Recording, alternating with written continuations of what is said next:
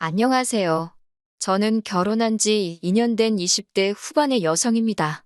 창창한 앞길에 걸리적거린다며 저더러 신우딸 데려다 키우라는 무개념 시어머니 때문에 남편과 이혼하게 되었네요. 저는 전문대를 졸업한 뒤 곧바로 취직해서 2년 정도 중소기업을 다녔습니다. 그러다 혼자 시장에서 전집을 운영하시던 어머니가 손목을 다치시게 되면서 저에게 도와줄 수 있느냐 부탁하셨고, 그러다가 이참에 가게 일을 배워보면 어떻겠냐는 제안을 받게 되었습니다. 할머니 때부터 해오던 가게라서 남에게 팔거나 정리를 하시기는 싫으시다고 하셨어요. 마침 제가 다니던 회사도 벌이가 특별히 좋다거나 비전이 썩 좋은 편이지 않았기에 저도 이참에 한번 해볼까 싶어서 전집 일에 뛰어들게 되었네요. 다른 건 몰라도 시장 안에 있어서 손님도 항상 많았던 가게 때문에 제가 지금의 남편을 만나기 전까지 제 또래의 다른 누군가처럼 연애를 한다거나 할 여유가 없었습니다. 장사 때문에 정신없는 저를 이해해준 남편과 연애를 시작하고 그 자상함에 결혼까지 하게 되었네요. 결혼 이야기가 오가면서 당연히 양가 식구들에게 서로를 소개하는 자리를 갖게 되었고, 거기서 처음으로 남편의 누나를 만났습니다. 저보단 6살이 많고 남편보다는 2살이 많은 신우는 남편 말에 의하면 집안의 기둥이라고 하더라고요. 명문대를 나와서 대기업을 다니고 있었던 미혼의 신우는 남편의 표현을 빌리자면 시부모님께 한 달에 생활비로 200만 원씩 드리는 대단한 딸이었습니다. 하지만 신우와 제 사이는 처음부터 그렇게 좋지 못했네요. 처음 남편 집에 갔던 날, 신우와 시어머니 두 분 다 빵을 좋아한다 하길래 유명한 베이커리에서 케이크를 사갔습니다. 집 안으로 들어서자 시부모님이 오는데 힘들지는 않았냐며 저를 환대해 주셨습니다. 긴장을 많이 한 상태였는데 다정히 맞아주셔서 한숨 돌릴 수 있었어요. 그렇지만 신우가 등장하자마자 분위기가 급변하더라고요. 신우는 차 타고 에어컨 쐬면서 시원하게 왔을 텐데 고생은 무슨 고생이냐며 한마디를 하더군요. 그리고는 온 가족이 모여서 서로 어색한 분위기도 풀 겸 간단한 이야기를 시작했는데, 신우가 대뜸 남편한테 둘이서 수다 떨고 그럴 때 수준 차이는 안 나냐고 묻더라고요. 엄청 조심스러운 척 제 눈치를 살피면서도 제 학벌과 직업을 가지고 저를 무시하려는 의도가 다분했습니다. 저도 당하고만 있는 성격은 아니라서 시아버지께 시어머님이랑 이야기하실 때 수준 차이 같은 거 느껴지시냐고 물었습니다. 그러자 순간 찬물을 끼얹은 듯 분위기가 가라앉았어요. 시아버지가 부부 사이에 무슨 수준 차이냐고 허 웃고 넘기시더라고요. 제가 그러니까요라고 한마디 맞장구를 치니 신우가 얼굴이 벌개져선 자긴 밥 생각 없다고 방에 홀랑 들어가 버리더라고요. 결혼 후 얼마 지나지 않았을 때는 이런 일도 있었습니다. 원래 전집은 명절이 제일 바쁜데 일손을 구하기가 너무 어려워서 저뿐만 아니라 손목이 아프신 친정어머니와 이제 은퇴하신 친정아버지까지 모두 동원되어야 했어요. 게다가 저희 시댁은 차례를 지내지 않기 때문에 저는 남편에게 혹시 명절 당일날 점심 지나고 가면 안 되겠냐고 조심스레 물었어요. 다행히 남편도 장사 대목인데 그렇게 해야지라며 흔쾌히 그러자고 하더라고요. 저는 뒷말 나오지 않게 남편에게 시댁에 잘 이야기해달라고 신신당부를 했습니다. 하지만 명절 당일날이었어요. 열심히 장사를 하고 있는데 신우에게서 전화가 오더라고요. 바빠서 바로는 못 받고 1~2시간쯤 지나서 전화를 다시 걸었더니 대뜸 소리를 지르더라고요. 저더러 못 배운 티를 이렇게 낸다면서 시댁이 웃음냐고 고래고래 소리를 질러요.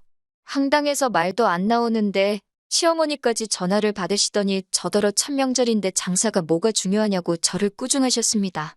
저로서는 너무 억울하고 화가 났지만 일단은 장사 마무리도 해야 했고 곧 시댁에 갈 거니까 가서 잘 설명드려야겠다는 생각으로 일단 몇 번이고 죄송하다고 말씀을 드리고 전화를 드렸습니다. 그리고 바로 남편에게 전화해 도대체 이게 무슨 상황이냐고 따졌더니 남편도 이해가 안 된다면서 분명히 시어머니가 괜찮다고 했다는 거예요. 거짓말 하는 거 아니냐고 하니까 자기가 무슨 덕을 본다고 거짓말을 하냐면서 아무래도 신우 때문인 것 같다고 그러더군요. 마치 어딘가 짚히는 게 있는 사람 같았습니다. 어쨌든 일단은 시댁에 가야 하니까 저는 전날 준비한 명절 음식과 전을 포장해서 시댁으로 향했습니다. 친정 부모님께는 다음 날 오겠다고 했고 부모님도 걱정하지 말라며 다녀오라고 하셨어요. 시집간 후 첫 명절인데 친정 부모님하고 오전 내에 장사만 하고 점심도 같이 못 먹고 가는 게 마음에 걸려서 시댁으로 가는 길에서 왠지 마음이 많이 상했습니다. 시댁에 도착하니 신우는 마치 저희를 뚫어버리겠다는 기세로 현관 입구를 노려보고 있었습니다. 시부모님도 시큰둥하게 이제 왔냐면서 본체만체 하시더라고요. 저는 속상한 마음을 감추고 준비해온 명절 음식을 하나 둘씩 상위에 올려놓기 시작했고요.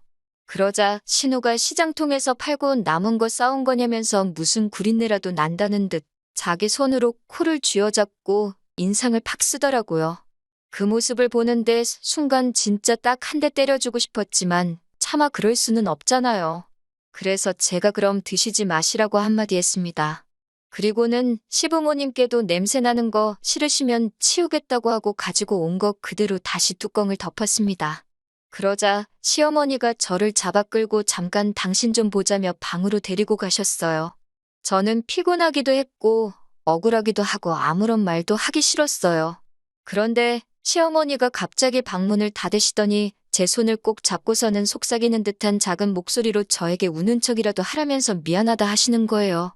왜 이러시냐고 하니까 자기 딸이 워낙에 지 밖에 몰라서 그런다고 그냥 비위 좀 맞춰주라고 저에게 부탁을 하시더라고요. 신우 이상한 거 온 가족이 다 안다면서 속 시끄럽게 하지 말고 납작 엎드려서 지내라고 하셨습니다. 더 황당한 건 갑자기 신우 알기를 뭐로 아냐면서 네가 뭔데 늦게 오냐고 저에게 소리를 치시는 거예요.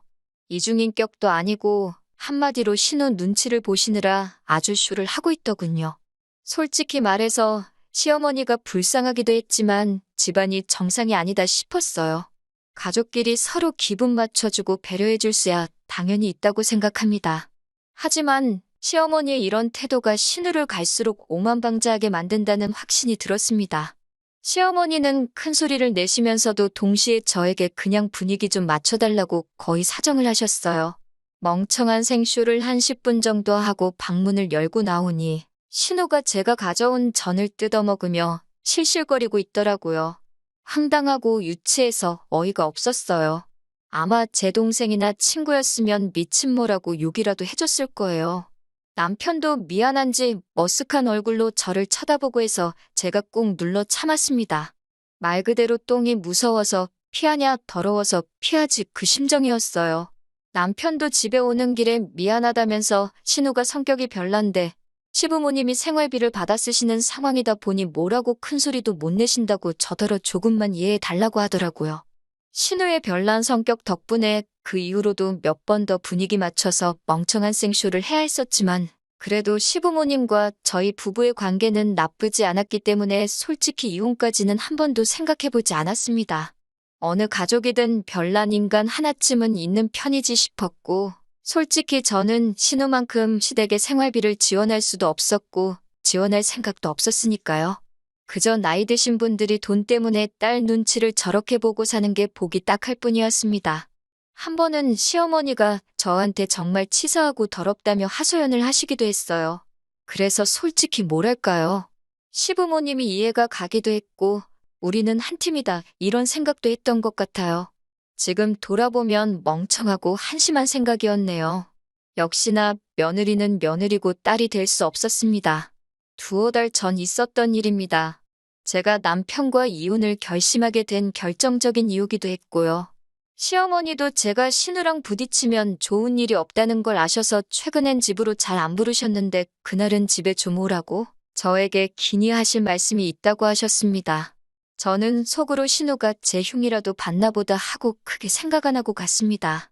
또 그 시덥지도 않은 생쇼를 연기하는 건 이제 일도 아니었거든요. 그런데 집에 들어섰는데 신우가 웬일로 왔냐면서 저를 반겼습니다. 사람이 죽을 때가 되면 안 하던 짓을 한다더니 왜 저러나 싶어서 오히려 기분이 싸하더군요. 그렇게 저와 남편 그리고 신우와 시부모님 온 가족이 거실에 모였습니다. 평소와는 다른 분위기가 숨이 막히더라고요. 결국 제가 무슨 일로 이렇게 다 모인 거냐고 묻자 남편이 쭈뼛거리면서 일단 그동안 다 미안했다면서 이번 한 번만 더 이해해달라고 하더군요. 짜증난 제가 뜸들이지 말고 이야기를 하라고 하니 시어머니가 방에서 아이를 한 명 데리고 나오셨습니다. 4살이라는데 신우랑 완전히 똑같이 생겼더라고요. 제가 누구냐고 물으니 남편이 신우 딸이라고 하더라고요. 황당하고 어이가 없었어요. 결혼도 안 한 신우가 어떻게 이렇게 큰 딸이 있냐고 하자 신우가 갑자기 펑펑 울어버리는 거예요. 자기 이제 어떡하냐면서요. 그런 신우를 시아버지가 달랜답시고 방으로 데리고 들어갔고 저는 자세한 상황을 듣게 되었습니다. 시부모도 몰래 낳았던 딸이 있었는데 그 아빠가 사고로 세상을 떠나면서 그 가족이 애를 데리고 신우를 찾아왔답니다. 자기들은 이제 능력이 안 돼서 못 키우니까 엄마인 신우더러 알아서 하라고요. 그러면서 시부모님은 결혼도 안 한 신우가 애가 있으면 앞으로 시집도 못 가고 어쩌냐고 그러시는 거예요. 그렇다고 우리 핏줄을 어디 남한테 보낼 수도 없지 않냐면서 제 눈치를 살피시더군요. 설마 막장 드라마에서나 보던 이야기를 하시려는 건 아니겠지라는 생각이 머리에 스치는 순간 시어머니가 저를 보며 그래서 말인데 저더러 키우면 안 되겠냐 하셨습니다. 호적에 올려야 학교도 가고 한다면서 미혼인 신우 호적에 올릴 수는 없지 않냐고요. 더 화가 났던 건 남편은 이 모든 상황을 이미 알고 있었더라고요. 남편은 정말 미안하다면서 자기도 신우가 너무너무 믿고 싫지만 한가족인데 어떡하냐고 받아줘야 하지 않겠냐고 그러더군요. 제가 잃은 신우가 쳤는데 왜 제가 뒷수습을 해야 하냐고 그러자 시어머니가 저더러 너는 잃을 게 없지 않냐고 하셨습니다. 신우는 학벌부터 직업까지 소위 엘리트 코스만 살아왔는데 그런 인생의 오점을 남겨서야 되겠냐면서요. 그 말을 듣는데 얼마나 어이가 없던지요. 남편도 시어머니 거든다고 한다는 소리가 자기는 저를 볼 때 학벌이나 직업 같은 건 하나도 신경 안 썼대요. 하지만 신우가 자기처럼 마음 넓은 남자를 만난다는 보장도 없지 않냐면서 저더러 정말 운이 좋은 여자라고 그러더군요. 도대체 무슨 개소리를 하는 거냐고 결국 제가 소리를 확 질렀습니다. 그제서야 시어머니도 본색을 드러내듯이 아니 한가족끼리 허물이 있으면 덮어주고 그럴 수도 있는 거 아니냐면서 그럼 다 늙은 우리가 애를 키우라는 거냐고 너무한다고 그러셨습니다. 저도 이때부터는 이 집구석하고는 끝이다라는 생각이 들어서 하고 싶은 말은 닥치는 대로 퍼부었습니다. 시어머니가 키우시던 신우가 키우던 제 남편이 키우던 어차피 다 자기 핏줄인데 그게 대체 무슨 상관이냐고 했습니다.